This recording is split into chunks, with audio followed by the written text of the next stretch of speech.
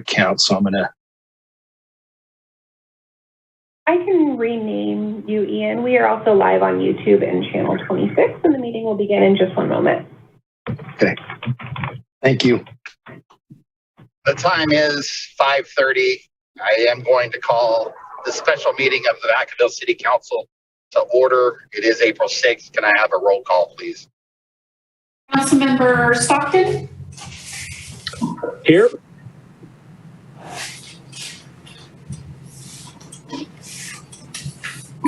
Councilmember Silva? Here.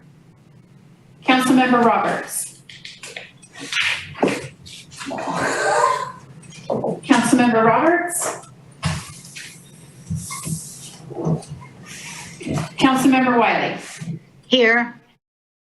Vice Mayor Sullivan? Here. Roulette.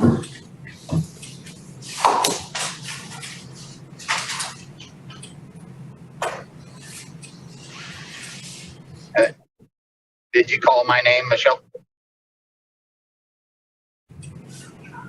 Mayor Roulette. I am here. We will move to item 2, moment of silence, and then it will be followed by the Pledge of Allegiance. So if you can please stand with me.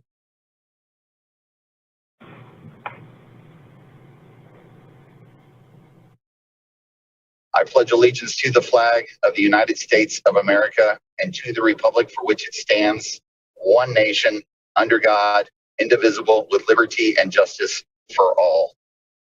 We will move to item 3, where we convene to closed session. Before I move to item 3, I would like to see if there's anybody from the public that would like to comment.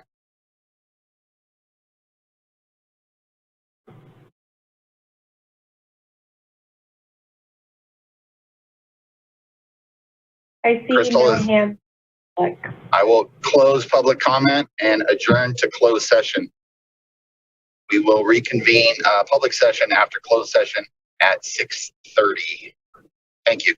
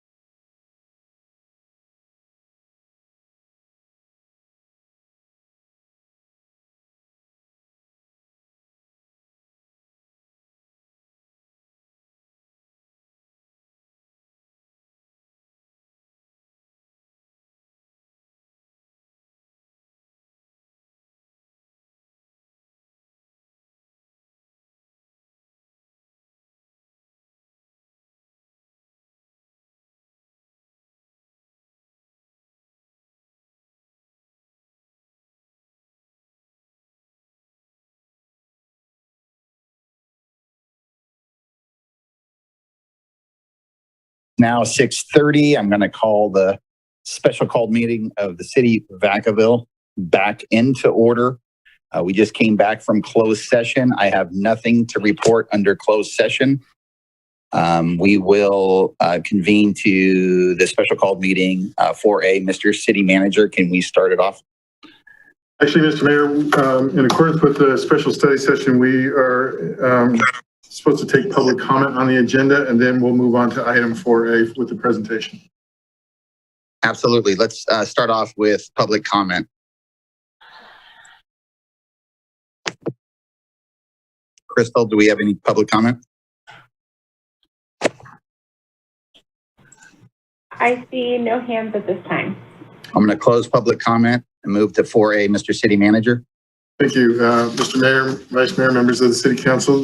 This is the next in our series of special study session topics to familiarize our newly elected council members to what it means to be on the City Council.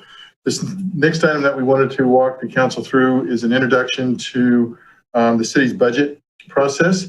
And so tonight, our budget team of Ken Matsumiya, Leslie Hoover, and John will be making the presentation tonight.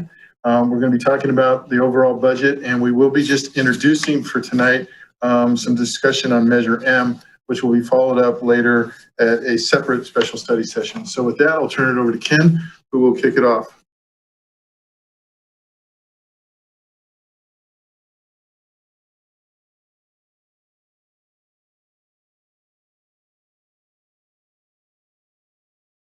Ken, are you there, sir?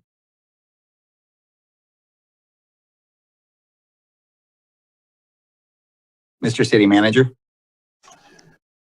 We are in different locations. Ken, can you hear us?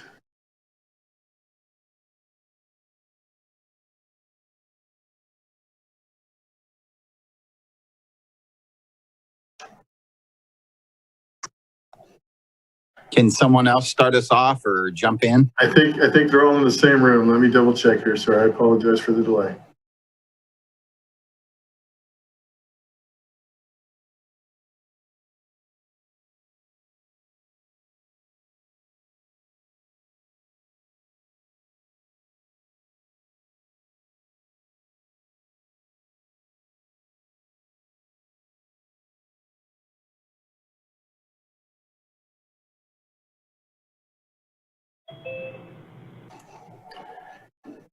Bear with me, sir. I'll figure out what's going on and get right back to you.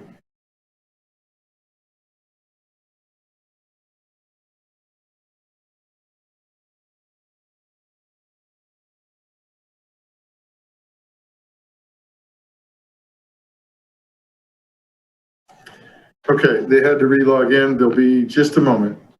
Thank you for your patience. Thank you.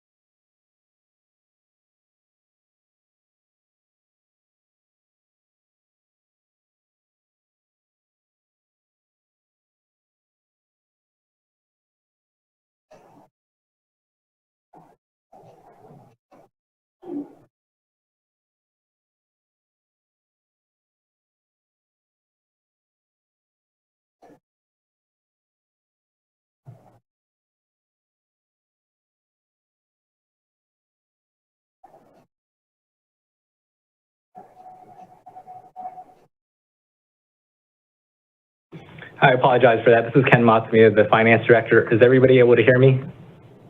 Yes, sir. Go ahead. I apologize for that. Thank you, Mr. City Manager. So good evening, Mr. Mayor, Vice Mayor, members of the Council. Tonight we will have a two-part presentation. The first part will be a high-level introduction to the city's budget and preparation for the upcoming more detailed budget study sessions to develop the fiscal year 21-22 budget. The second part of the presentation will provide background on the Measure M sales tax as a lead into the May 4th special City Council meeting to specifically discuss funding priorities of Measure M. Next slide, please. This is tonight's agenda for that first part of the presentation. And so we'll be covering what is a budget, what is a fund, different types of funds, how big is our budget, and then the budget calendar and development. Next slide, please. So what is a budget? It's an estimate of income and expenditures for a set period of time. In the city's case, we produce an annual budget, and that period of time is July through June 30th of each year. The budget serves as the financial plan for the city. It reflects the priorities and goals for council, and establishes funding levels for city services. Although we adopt the budget prior to the start of the new fiscal year, it will change throughout the fiscal year as budget augmentations for new issues and priorities arise. A recent example that we've been through is the impact of the pandemic and having to make augmentations for that. The budget is governed by federal, state, and local laws and policies. Two examples of the local policies we consider when developing the budget are the General Fund Reserve Policy and the OPEB funding policy. Next slide, please. The development of the annual budget is a collaborative effort between council and staff. The following chart illustrates the key responsibilities in developing and implementing the budget. So starting at the top with setting the city's long-range planning, council affirms the city's vision and purpose, and staff supports that vision and purpose. Council establishes the strategic goals and prioritizes action items. This was done at the February 23rd council meeting with the adoption of the strategic plan. And the staff aligns those goals with resources and implements those prioritized action items. We then move down into the budget adoption and implementation, which are the last three rows. And so council conducts meetings, review and adopts the budget, and the staff prepares plans and oversees functions. For projects, council authorizes contracts that are over $25,000 and staff plans and completes those projects. And then once the budget is adopted, staff carries out the day-to-day responsibilities of implementing the budget, and then council continues to engage with community and staff. Next slide, please. So what is a fund? A fund is a separate self-balancing set of accounts that record all financial transactions for specified activities. It's used by all types of governments, including at the federal, state, and local level. Fund accounting, it allows us to monitor how resources are being directed to various programs and adhere to any legal restrictions on funding. The budget is made up of several types of funds. We can think of them as piggy banks for different types of revenues and expenditure tracking. And we'll go over this in more detail in the following slides, but on this slide you have examples of the funds that you'll see in our budget document. So the general fund, special revenue fund, debt service fund, and so on and so forth. Next slide, please. All right, and so we will be going over the definitions for these different fund types in the next several slides, but this visually shows how the different departments fall in the fund categories. So under the general fund, you'll see the police and fire department, parks and rec, city administration, such as human resources, city manager's office, finance. Under the special revenue fund, that would be our housing department and their housing programs, our community development department, and then our landscaping and lighting districts. For capital projects, this involves our capital improvement program, our CIP budget. And then under proprietary funds, you have two different fund types there. It's the enterprise funds, which would be our sewer and water operations, and also our transit operation. And then internal service funds. This would be our liability programs, our garage and fuel station, and our vehicle replacement fund. Next slide, please. All right. And so the general fund is our chief operating fund. Every government has one. It's considered the main city checking account, and it's supported primarily through general tax revenue, which we'll be covering on later in the presentation, but sales tax and property tax. It also provides the funding for a majority of the departments. Special revenue funds, they account for revenues restricted for a particular purpose. Most often, it's grant related, and it's due to restrictions that are placed on us externally. And so examples would include the landscape maintenance district I'd mentioned earlier, and then housing grants such as the CDBG grant. Also, gas tax revenue received from the state would also fall under a special revenue fund because we're limited on how we can spend that money. Next slide, please. So debt service funds are used solely for the payment of debt service, for the payment of principal and interest on long-term debt. Some examples that are included in our budget would be payments for our Siemens energy efficiency project, and then also the debt service payments for fire station number 75. And then for capital projects, they're used for the acquisition and construction of infrastructure improvements. Our capital improvement program budget is adopted annually with the operating budget. And additionally, Public Works makes their quarterly CIP report public on the city website. Next slide, please. So for internal service funds, they are used to centralize purchases of goods and services to support departments. Costs are recovered by charging user charges out to the departments that use those services. Examples include, as I mentioned earlier, our equipment replacement fund, our central garage, our information systems, and then also risk management programs. Enterprise funds, unlike the general fund where I mentioned that they rely more on tax revenue, enterprise funds are going to rely more on user fees and the ratepayers for that service, and using those fees for cost recovery. Examples would be the water and sewer fund and transit. And then for fiduciary funds, they're used to account for resources held for an outside party's benefit. And so these funds can't be used to support the city's operations. The main example would be the successor agency. And so all of the resources for the successor agency, they can only be used to fund the obligations of the successor agency and unwind that, the successor agency. Next slide, please. So how big is our city budget? So our total budget for fiscal year 21, so the current fiscal year, is $209.22 million. So this does include the successor agency. If we were to exclude that out, it would be $201.5 million. And you see the breakdown below based off of the funds that we just discussed. And so the general fund is the biggest portion at 53% or $106.8 million. Enterprise funds you see at $59.6 million. And then special revenue funds and successor agency are the other fund types that are listed there. And with that, I will pass it on to John. Thanks, Ken. Next slide. In the next few slides, we will talk about the general fund, and specifically, we will be going over the revenue sources and how the general fund is allocated. Next slide. So where does the general fund money come from? The majority of the revenue for the general fund comes from taxes.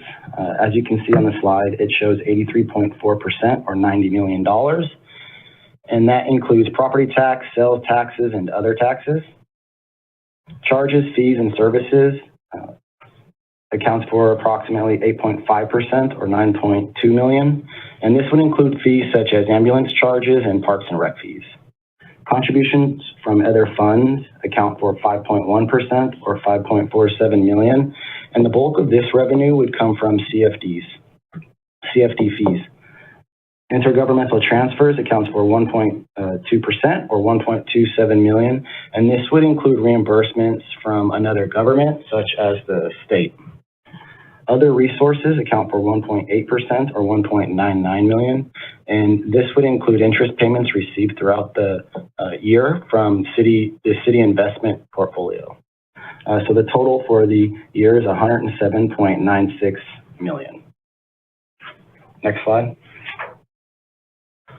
This is a breakdown of the tax revenue. As the previous slide showed, it's roughly 83.4% of the general fund. Tax revenue is the largest contributor to the general fund, and property taxes account for approximately $34.4 million.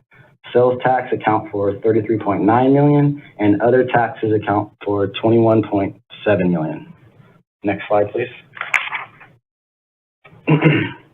So what does the general fund pay for? The total expenses allocated for the general fund in fiscal year 2021 is $106.79 million. And the percentages on this graph represent each department's general fund allocation percentage. Public safety accounts for roughly 68.7% of total general fund expenditures, with the police department accounting for 40.6% and the fire department totaling 28.1%. Public Works accounts for 10.6%, Parks and Rec 7.4%, and all other programs and departments account for roughly 13.3% of general fund allocation. Next slide, please. Now that we've seen where the general fund money comes from and where it is allocated, we're going to look at what the major tax revenues are for the city. Next slide. Property taxes are the largest single general revenue source and accounts for approximately 32% of general fund revenue. It includes regular property tax, RDA or residual balance and pass-through payments, and property tax in lieu of VLF or vehicle license fees. Per Proposition 13, it is a 1% tax on the assessed value of the home. The assessed value can be adjusted annually by CPI, but no more than 2%. And as you can see from the chart, property tax revenue has been consistent since 2015-16 and has averaged a 7% growth rate annually in that time period. Next chart, please, or next slide. So where do property taxes go? The city gets approximately 18 cents for each property tax dollar paid for Proposition 13 assessment. The schools get 49 cents of every dollar. The county gets 19 cents. Again, the city gets 18 cents. Others 8 cents. And Solano Community College and the school library each get 3 cents per dollar. Next slide. Sales tax accounts for approximately 17% of general fund revenue. For every $1 collected in a transaction sale, 8.125 cents are collected and 1 cent goes to the city of Vacaville government, and that does not include Measure M. Sales tax has seen an average growth rate of 4% since fiscal year 2015-16. Next slide, please. Other taxes account for roughly 20% of the city's general fund revenue. These taxes include paramedic tax fees, franchise tax fees, and transient lodging tax fees. This category has been consistent, as you can see from the graph, and this category has also seen a growth rate of 4% annually since 2015-16, and we expect that trend to continue. That concludes my part of the presentation, and I will turn it back over to Ken. Thanks, John. Next slide, please. So the following slide highlights the key drivers of the general fund costs we monitor. So similar to other government agencies, the majority of our general fund costs are labor related, which are the top 3 bullet points. So government is a service industry. We don't produce widgets, and our main costs are from the personnel providing service to the community. Annual increases in service and contracts due to inflation is a factor as well that we have to monitor. Next slide, please. Another component of the general fund analysis that we go through in preparation for the budget is the 5-year general fund forecast. This forecast should look familiar. It's presented quarterly as part of our quarterly budget update as well. So we do work with a consultant, HGL, to project our 2 largest revenue sources, sales tax and property tax. And then the numbers on the screen that you're seeing are the ones through our December, so our second quarter budget update. We will be coming back to council to provide an updated forecast when we do our quarter 3 update on May 11th. I'll now pass it to Leslie to discuss the budget development process. Thank you, Ken. Next slide, please. Good evening, Mayor, Vice Mayor, and council members. I will be taking through the next couple slides with an overview of our annual city budget process and priorities. Next slide. The development of the proposed budget each year is the responsibility of both the city manager's office and the budget division within the finance department. While it may seem like the budget process is a short period of time during the fiscal year, as you can see from the graph here, it actually takes almost a half a year to compile from start to finish. We typically start the process in December each year, beginning with building the base budget model. Building the base budget model takes several months as we review position allocations, revenues, and expenditures. In April, which is where we currently are in our process, is when we meet with departments to review and discuss any changes for the upcoming year. From here, we move to the budget study sessions in May and June with the council. This is the opportunity for council and the public to review and weigh in on the upcoming budget. Finally, the adoption of the budget takes place during the last regular council meeting in June. Next. Building the base budget model. Establishing a base budget involves taking the final budget from the previous year, reducing it for any one-time expenditures, and adjusting for any contractual obligations for established active labor agreements or other long-term contracts. Adjustments are made for anticipated increases in specific and/or group line items. This includes adjusting department supplies and services by CPI. We use the Consumer Price Index for San Francisco, Oakland, Hayward as of December each year when building the base model. As of this past December, 2% was the CPI, which is currently included in our base budget for the upcoming fiscal year 2022 budget. We also adjust position budgeting for any new rates for PERS, PARS, OPEB, or other post-retirement costs. Most of these rates are updated with estimates prepared by third-party actuaries. The budget division also analyzes and adjusts specific line items that affect multiple departments, such as fuel, gas, electricity, and water, as well as programs funded through charges back to users during operation through internal service funds, such as central garage or citywide technology. Once the base budget model is built by the budget division, usually near the end of February, departments then typically have an entire month to review their base budgets and prepare augmentation requests to fund service levels and propose goals consistent with the council's adopted strategic plan. These requests are also discussed in detail during the department meetings with the budget team. Next. Once the budget team has met with all the departments individually, we then meet to discuss prioritizing requests. There are various factors to consider when prioritizing requests, such as revenue versus expenditures. If we're going to add a new program, something we look at is, can we recoup any or all of the costs? Short-term versus long-term, one-time versus ongoing. A one-time request may not have much effect on the 5-year forecast, while a permanent expense recurring annually might. Operating versus capital, administrative versus services, and department versus department. On the external side, we have to look at items like the economy. This was the most pressing issue for us last year during the budget process. We were in the middle of our budget process this time last year when COVID-19 hit, and it was uncharted territory not only for the city of Vacaville, but the entire world and other local agencies who are also facing an unprecedented potential economic crisis. During this time, staff immediately recognized we were going to have to shift priorities and take prudent measures to deal with the results of the swift halt in the economy due to the shelter-at-home orders. Thus, our budget last year included some one-time temporary cost-saving measures. Other external priorities are, of course, the community and other governments. We are a service agency here to serve our community. We are constantly working closely with the city manager's office to assess community needs, priorities, challenges, and opportunities. Next. The City Council recently adopted a 5-year strategic plan that is effective through fiscal year 2026.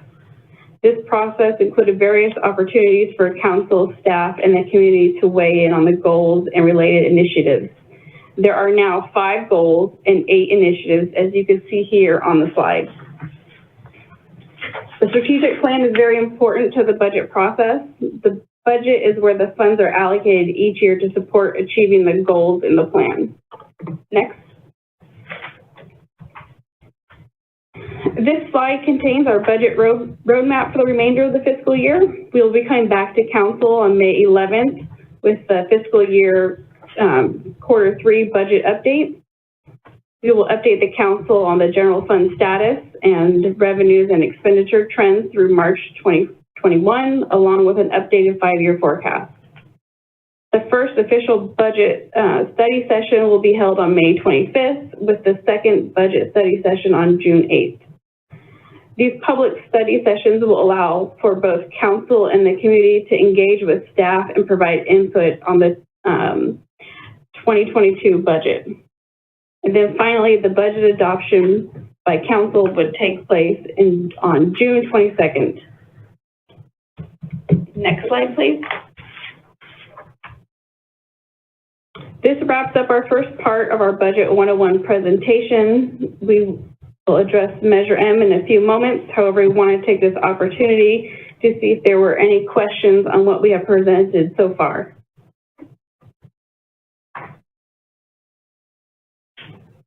I do see Vice Mayor Sullivan. Go ahead, Sullivan. Kind of an arbitrary process question, but have we considered doing 2-year budget cycles versus single-year budget cycles? And if so, why did we or did we not choose to pursue that?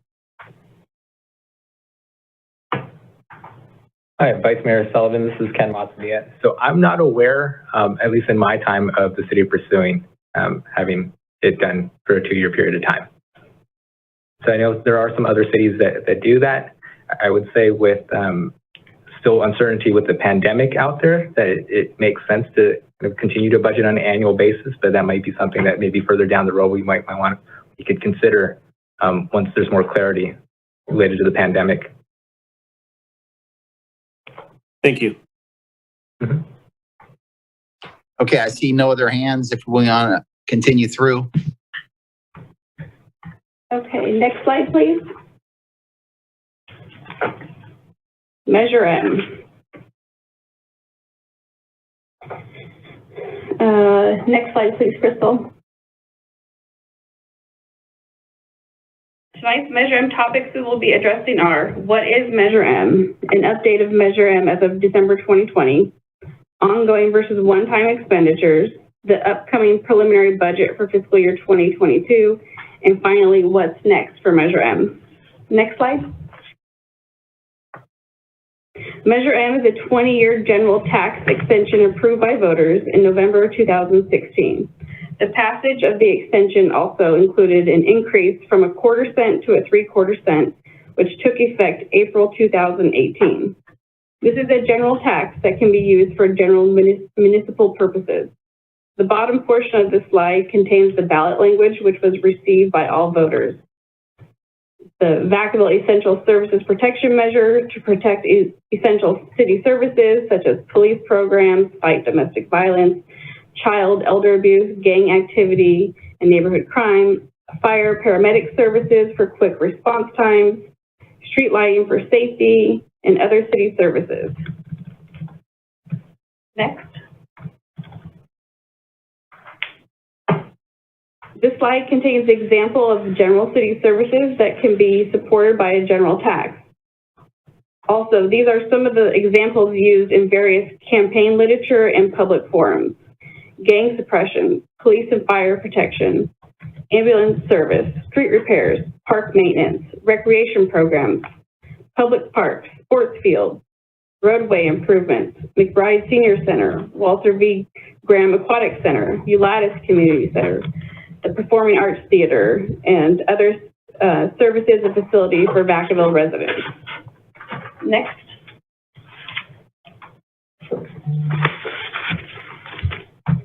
To pass and implement a successful tax measure requires support from the community.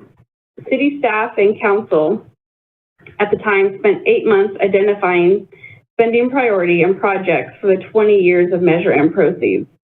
The list of priority projects, along with estimated costs, was presented at various public forums. This includes an event sponsored by the Vacaville Chamber of Commerce, which included an update of the project list and a priority exercise in January of 2018. The city received correspondence from the Downtown Vacaville Business Improvement District in February of 2018, which was included in the May 2018 staff report, as well as attachment 3 in tonight's staff report. The city also created and conducted a non-scientific ranking survey, which was distributed and available to the general public for over 1 month and received approximately 900 responses. The results of the survey were tabulated and provided to council with the May 2018 staff report. In addition, a copy of this survey is included in tonight's staff report as attachment 2. The city also created a Measure M webpage with the original project list. This webpage also includes project updates and financial information for transparency purposes. Next slide. The original 20-year project list created by staff and council followed the city's then 4 strategic plan goals. Goal 1 was public safety. Goal 2 was strengthen the local economy. Goal 3 was promote community viability. And goal 4 was to maintain effective and efficient city services. This list included ongoing funding for items like annual street maintenance, park beautification, as well as one-time capital items such as dog parks and a sports field complex. It is also important to note that the costs estimated at the time the list was created were derived using best-known comparisons at that time.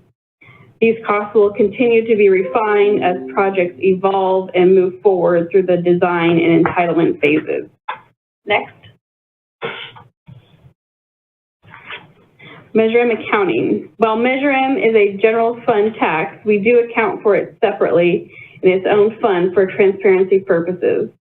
The year-to-year spending will ebb and flow based on the stages of various projects.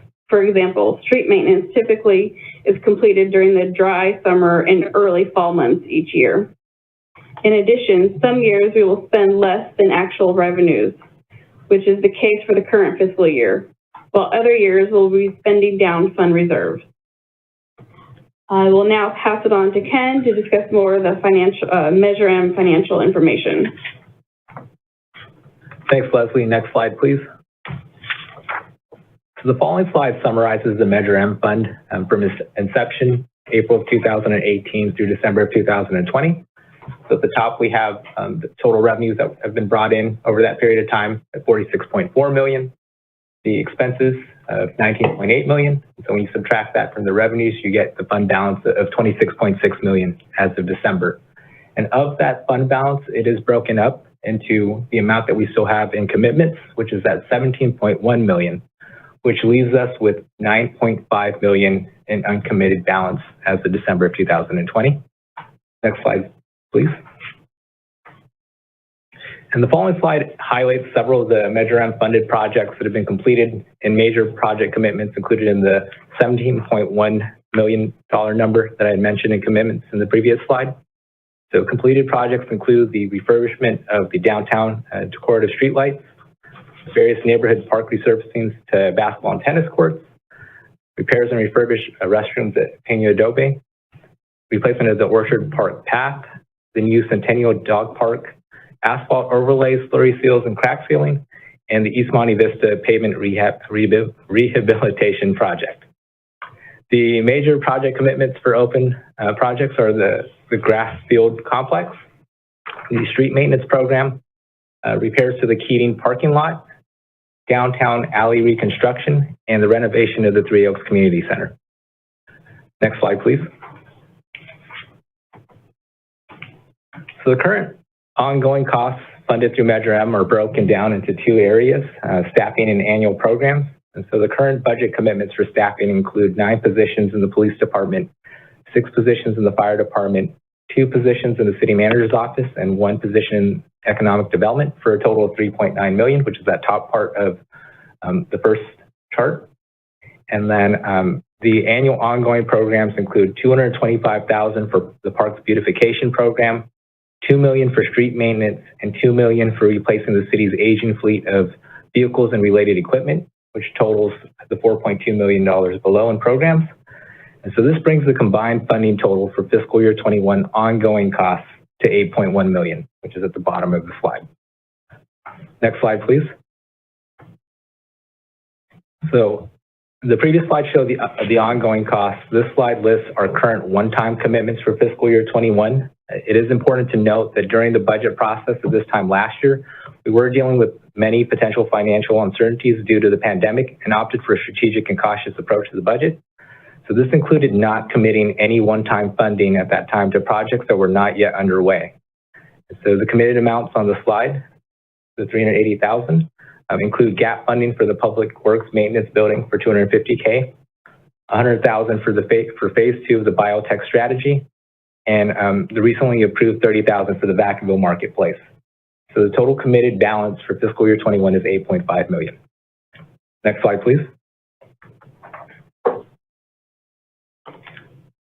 So the following slide contains preliminary estimates for the upcoming budget for fiscal year 22. As mentioned earlier in the presentation, we contract with HCL for sales tax forecasting purposes, and their most recent estimate for fiscal year 22 is approximately $17.4 million that we'll bring in Measure M dollars for next year.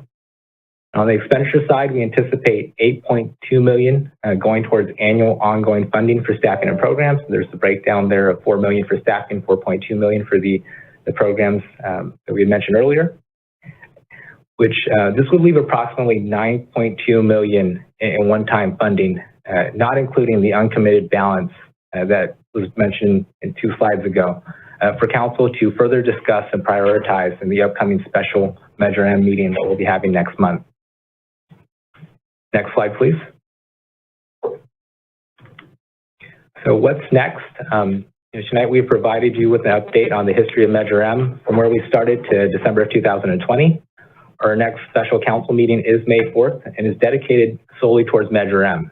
So during this meeting, we'll be asking council to prioritize the fiscal year 21-22 one-time expenditures, so that $9 million number that was mentioned previously, review the original project list, which was an attachment to tonight's staff report, and how do we spend the uncommitted balance as well. And with that, I'm going to pass it to the city manager for final comment before we open it up for questions. Thank you, Ken. Thank you, our budget team. Appreciate the effort. So council, tonight, this was again really just intended to get us at a comfortable starting point as we enter into all those different budget meetings that was shown to you on that one slide, but also to get you thinking about the Measure M, use of those funds going forward.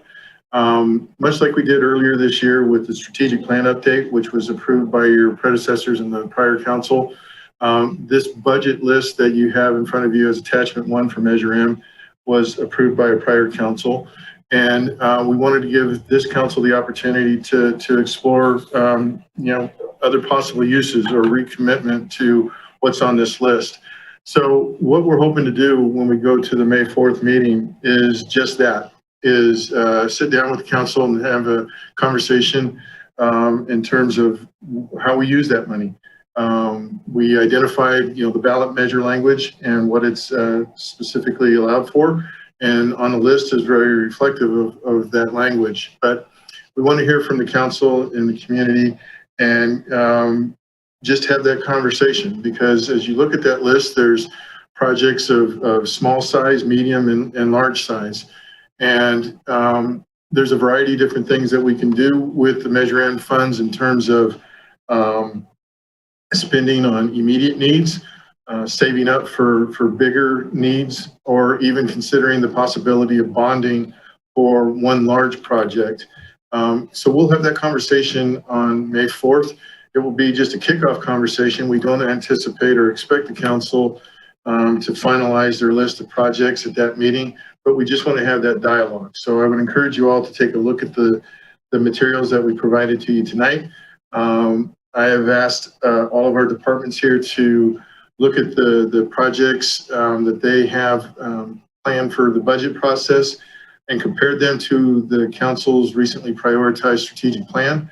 And so everything that we'll be presenting to you at the May 4th meeting will be in accordance with the strategic plan and its priorities. So we're very excited about the opportunity to present that to the council and the community. We look forward to getting your thoughts. And at this time, we'll wrap up our presentation and take any questions that you may have for us.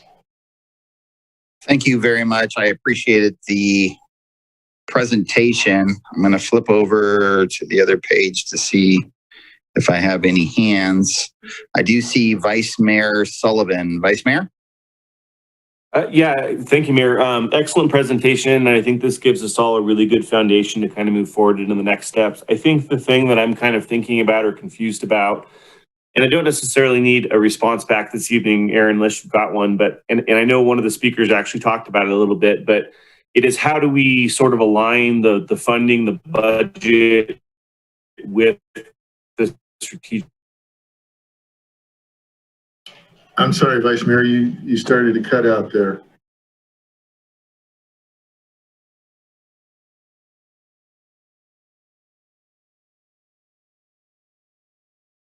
Nolan, are you there, sir?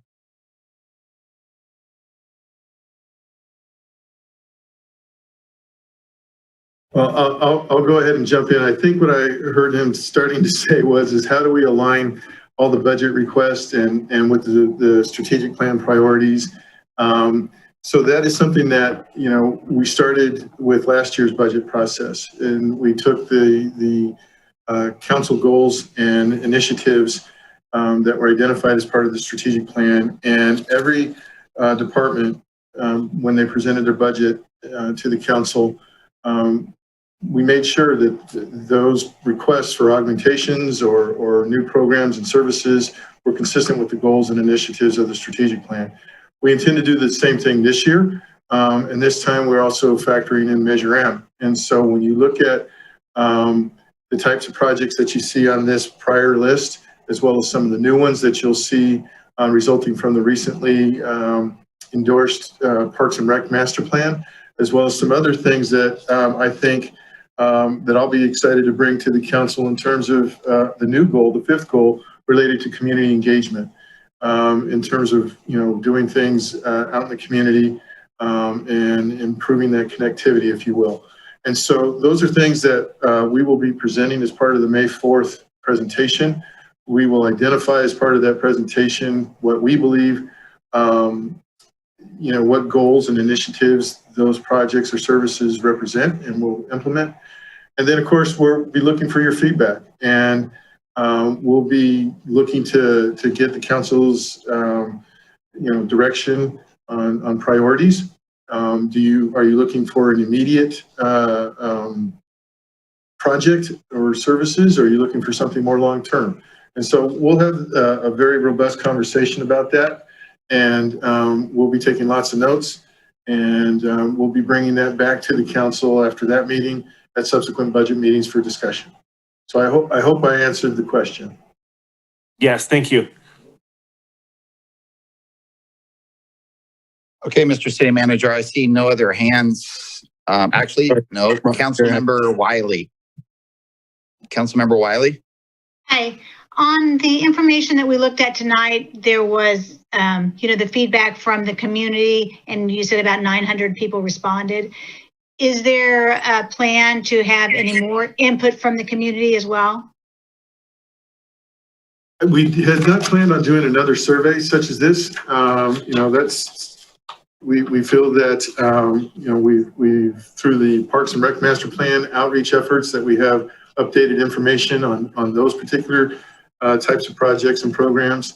And certainly the special study session on the May 4th will provide an opportunity for public input at the beginning. And so anybody that's interested in providing their thoughts can certainly do that at that time. Perfect. I see no other hands, so I am going. This is Mike Silva. Quick question. Okay, Silva. Councilmember Silva, go ahead. Sorry, can't find my. No worries. I'm glad you jumped in. Yeah, so just quick questions. And when we do surveys, do we collect any information on the demographic that are responding to those surveys? That's question one.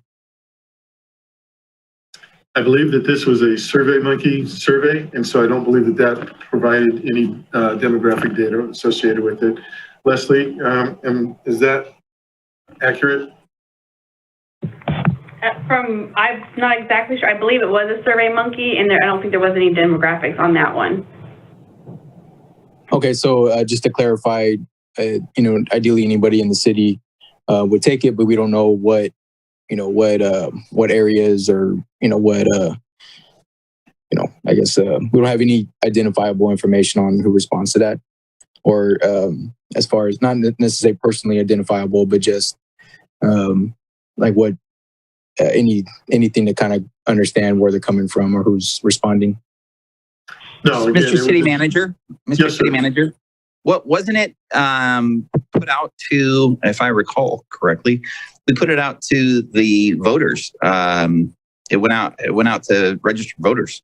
So the demographic was across the spread at board. large. Yeah, it was spread at large, and those were just the number of people that responded to it. So Okay, understand.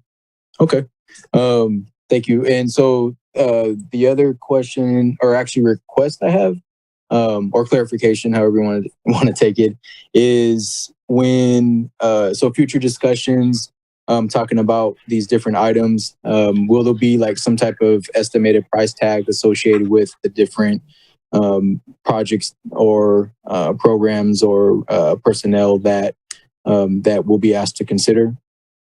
yes, for those that we are going to present as possible programs or services, we will definitely be able to provide you a best estimate of what we believe that line item will cost, followed by a timeline, whether it's an immediate, midterm, or long-term project, as well as what strategic plan, goal, or initiative that would implement. Okay, and that's all. Thank you. Thank you. I don't want to cut anyone else off, so I don't see any hands, but I don't believe that we have any more comments. I want to thank our staff, like always, and if that is it, Mr. City Manager, I will adjourn tonight. Is that it? That is it. Thank you for your time, Council. Good night, Vacaville. Thank you.